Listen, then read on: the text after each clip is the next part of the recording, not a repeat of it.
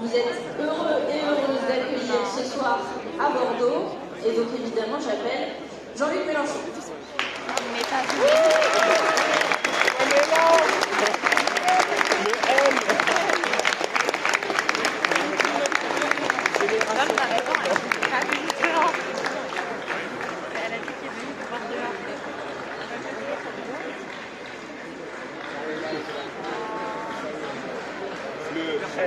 Cherchez Charlie.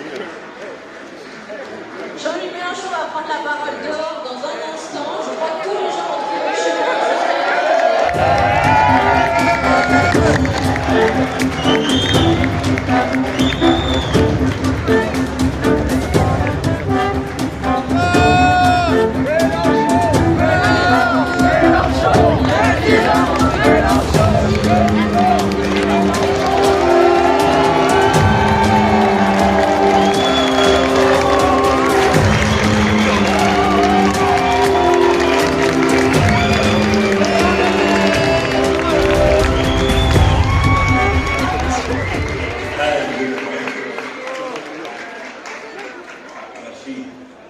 Merci à tous ceux qui ont bien voulu signaler tout cela. Ça nous a permis de constater que la salle serait trop petite et d'organiser ça dehors. Alors vous pourrez suivre sur les réseaux sociaux le long du discours. J'ai choisi de commencer par vous dire quelques mots, d'abord de gratitude, parce que comme vous le savez, je ne sais pas quel effet ça vous fait à vous, mais moi ça me recharge la batterie.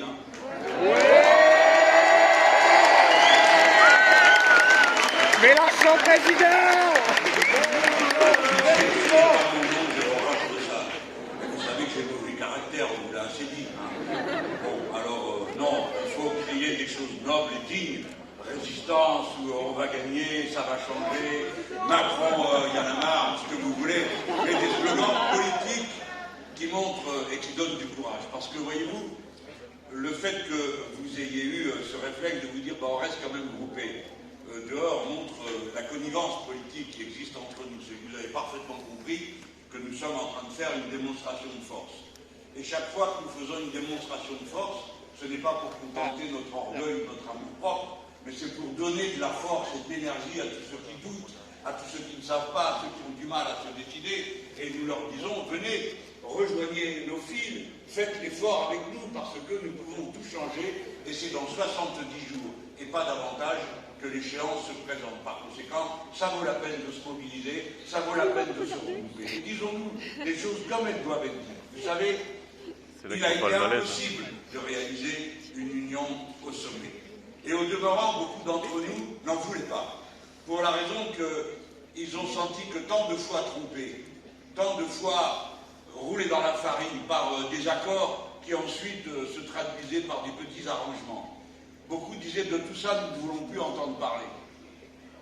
On a fait quelques tentatives pour essayer de voir si on pouvait surmonter cette situation. Mais très vite, il est apparu que plus important que des accords éventuels au sommet, ce qui comptait, c'était qu'on s'entende sur le terrain et à la base. Et on ne peut le faire, on ne peut le faire. On ne peut le faire que dans la clarté, dans l'honnêteté, et non pas dans la conduite, dans l'arrangement, dans la réduction du mot d'ordre.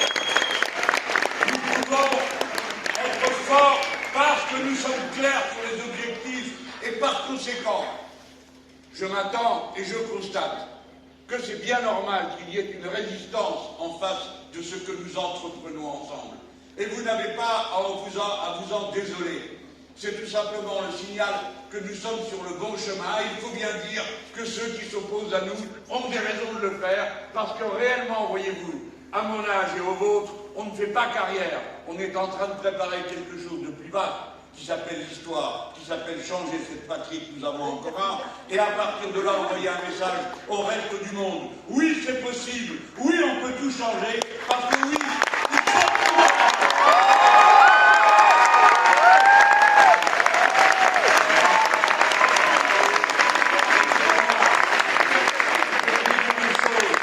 à 70 jours du premier tour, il y a mieux à faire que d'obscurs, je ne sais quelle primaire de je ne sais quoi. Il s'agit de convaincre, il s'agit d'aller chercher tous les résultats. Il ne faut pas ajouter à notre charge de travail. Je ne dirai pas un mot de critique de plus, que chacun fasse comme il l'entend, mais qu'on nous laisse travailler, qu'on honore notre capacité à nous mobiliser. À vous tous ici, parmi vous, ceux qui sont allés chercher qui le voisin, qui l'autre voisin, qui le maire pour trouver un parrainage. Je demande du respect pour tout ce travail, qu'on n'essaye pas de nous empêcher de le faire, alors que nous donnons déjà tant de nous-mêmes. Voyez-vous, j'ai la certitude en vous voyant, comme nous sommes là, parce que nous sommes dans la rue, parce qu'on s'est trompé en calculant avec une salle trop petite. J'ai la certitude que la boule de neige va faire son chemin. Il y a 70 jours, j'ai dit qu'il y avait un petit point de brassage. Je crois que c'est avec des démonstrations de cette nature que nous sommes en train de l'élargir.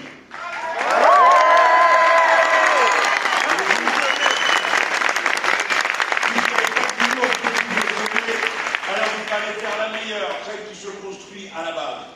Eh bien, c'est ce que nous sommes en train de faire avec l'Union populaire. C'est ce que nous sommes en train de faire avec ce Parlement d'Union populaire. Ah, comme j'ai la rage de voir ça. Tout à l'heure, j'ai 3 pauvres minutes sur France 3.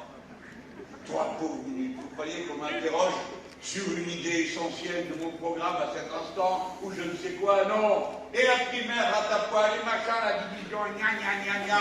Vous enfoncez la tête des gens et vous dire ça sert à rien. Et pendant ces 3 pauvres minutes, j'ai pas pu développer une seule idée qui peut-être serait arrivée dans le salon, dans la salle à manger de telle ou telle famille se disant « Ah, peut-être que cet homme va changer notre vie si nous nous mettons tous et si nous allons l'aider et si nous mettons nos bulletins de vote. » Je n'ai pas eu le temps de le faire. Mais moi, je veux vous montrer cette union populaire. On m'a dit « Vous vous sentez seul ?» Pas du tout. Est-ce que je suis seul ce soir?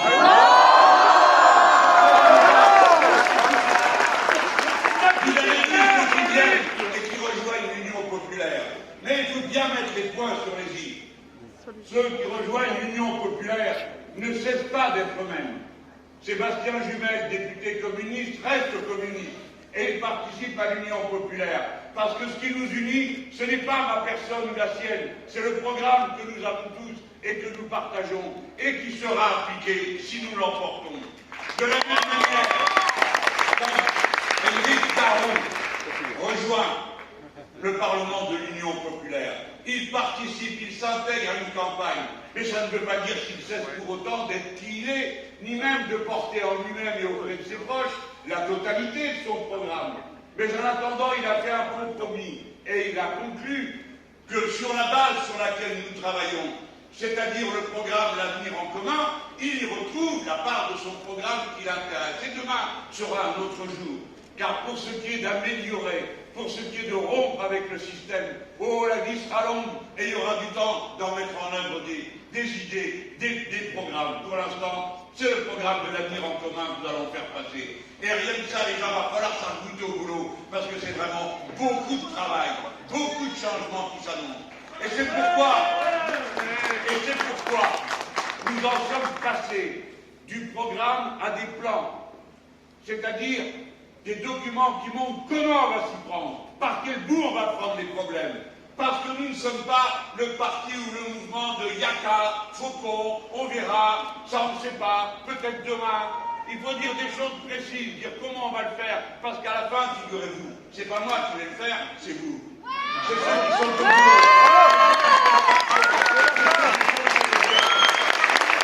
Il n'y a pas de grand changement possible sans la participation populaire la plus intense. Et cette participation, ce n'est pas celle d'un troupeau bêlant au nom de son représentant, c'est celle de gens qui s'engagent pour faire eux-mêmes.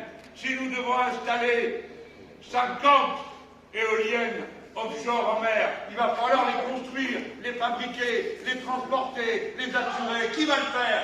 Des milliers et des milliers de techniciens et de techniciennes. Et il faut le faire maintenant, en grand nombre. Et je vous dis comment et par quel bout. Ce soir, nous allons parler de production alimentaire à la tribune, dans un instant. C'est pareil. Nous allons dire par quel bout on prend les problèmes et comment on les réalise. Et croyez-en, un homme de mon âge, qui a vécu bien des choses, bien des épisodes de la vie politique de notre pays, des grands moments d'enthousiasme populaire, quand on croyait qu'on tenait au bout de la main le changement qui ensuite a été rendu impossible par des rapports de force, aussi bien dans le pays qu'à l'extérieur, que nous n'avons pas maîtrisé. Moi, je sais, parce que j'étais un homme jeune et un dirigeant local, après 1981, que le pire qui nous soit arrivé, c'est que la masse, les millions de gens qui avaient voté pour le programme commun ont été appelés ensuite à rester à la maison et à ne pas s'impliquer dans le changement qu'il fallait faire. Maintenant, il va falloir que tout le monde s'y mette, parce qu'il faut faire vite, parce qu'il y a le changement climatique, c'est irréversible, parce qu'il y a la catastrophe sociale qui s'avance devant nous. Il faudra que tous vous y mettiez. Quant à moi, soyez certains, aussi bien avec vous, aussi bien avec les équipes qui m'entourent, le groupe parlementaire à l'Assemblée nationale des députés femmes et hommes d'insoumis, ceux qui sont au Parlement européen, ceux dont vous ne connaissez pas les noms, mais qui sont déjà là, qu'une équipe est là, prête à gouverner le pays, qui sait où elle va et qui a fait la preuve de sa détermination absolue à ne jamais céder devant aucune difficulté, comme nous l'avons fait pendant ces 5 années si rudes d'opposition contre le régime macroniste.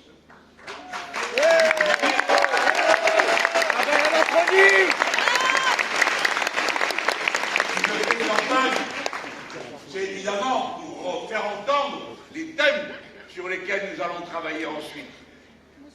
Mais c'est aussi pour porter une vision globale, quoi qu'il arrive, pour qu'elle féconde les esprits et la compréhension de chacun d'entre nous sur le monde dans lequel nous vivons et dans lequel nous allons entrer, avec devant nous des défis inouïs qu'aucune génération politique, quel que soit l'âge des gens, n'a jamais eu à affronter. Aucune génération politique n'a eu à affronter un changement climatique irréversible. Aucune génération politique avant celle-ci n'a eu dans ce pays à affronter un tel écart dans les richesses entre ceux qui ont tout et ceux qui n'ont rien. Et il va falloir traiter en même temps toutes ces questions, comme la rupture profonde avec un système qui a conduit à cette catastrophe. Parce que si nous en sommes là, le système porte un nom, il s'appelle le capitalisme financier.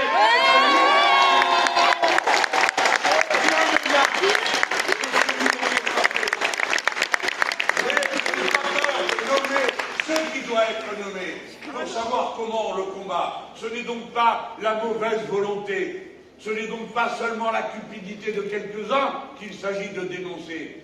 Il s'agit de rompre avec une manière de vivre, une manière de produire, une manière d'échanger, pour changer en profondeur la totalité de ce qui est le quotidien qui conduit à la catastrophe que vous devinez tous. Elle n'est pas inéluctable. Il est possible de tout changer. Il est possible de changer la trajectoire de la société. C'est plein de cette certitude, appuyée sur le sérieux d'un programme, d'une équipe et de l'enthousiasme que je vois parmi vous, que je me sens fort pour dire à cet instant, eh oui, c'est moi qui marche devant, puisque c'est à moi qu'on a confié cette tâche. Mais que chacun sache qu'il y a sa part, qu'il y est attendu, et pas seulement pour, comme on dit, soutenir, mais pour s'impliquer, non seulement dans le vote lui-même, mais dans la suite des événements, comme je l'ai dit. Maintenant, il y a ce que je sais. Il y a encore quelques mois, personne n'imaginait qu'il y aurait une telle combinaison entre une crise sanitaire, une crise sociale, une crise climatique, enfin bref, de tous les côtés des défis. Alors les défis, vous pouvez tomber à genoux et vous mettre à pleurer. Mais je ne vois pas que ça soit dans notre tempérament. Ou bien on se lève et on relève les défis. Je sais une chose, c'est que si nous l'emportons, alors la première des choses qu'il faudra faire, c'est prendre des mesures immédiates pour les nôtres, pour les braves gens qui vivent de leur travail ou qui voudraient vivre de leur travail. C'est la raison pour laquelle il faudra faire tout ce qui peut se faire par décret pour régler l'urgence sociale qui est devant nous. C'est pourquoi j'ai parlé d'une loi d'urgence sociale, mais la vérité, c'est qu'on fera ça par décret puisque c'est possible. Par décret, on augmentera aussitôt le SMIC pour le porter à 1 400 €.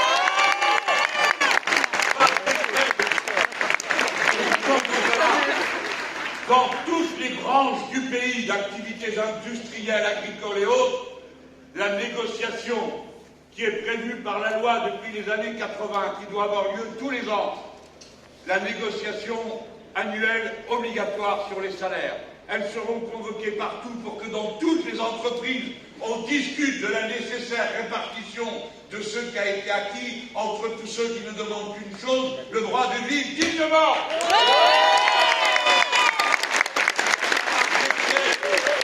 Le point d'indice sera dégelé. Et le blocage des prix appuyé sur le code, parce que c'est possible, et le blocage des prix sera décrété. Ne m'envoyez pas, mes amis, si je rentre dans la salle où l'on m'attend, et aussi parce qu'on m'a dit qu'il ne fallait ni que je crie, ni que je prenne froid, parce que pour beaucoup, je suis une chose assez rare pour qu'on s'en préoccupe. Je découvre que j'ai une gorge et que, bon, comme vous, il faut que je fasse attention. Non, ça va, vous tient chaud. Je veux vous dire toute ma gratitude, mes remerciements pour avoir été là, pour avoir patienté.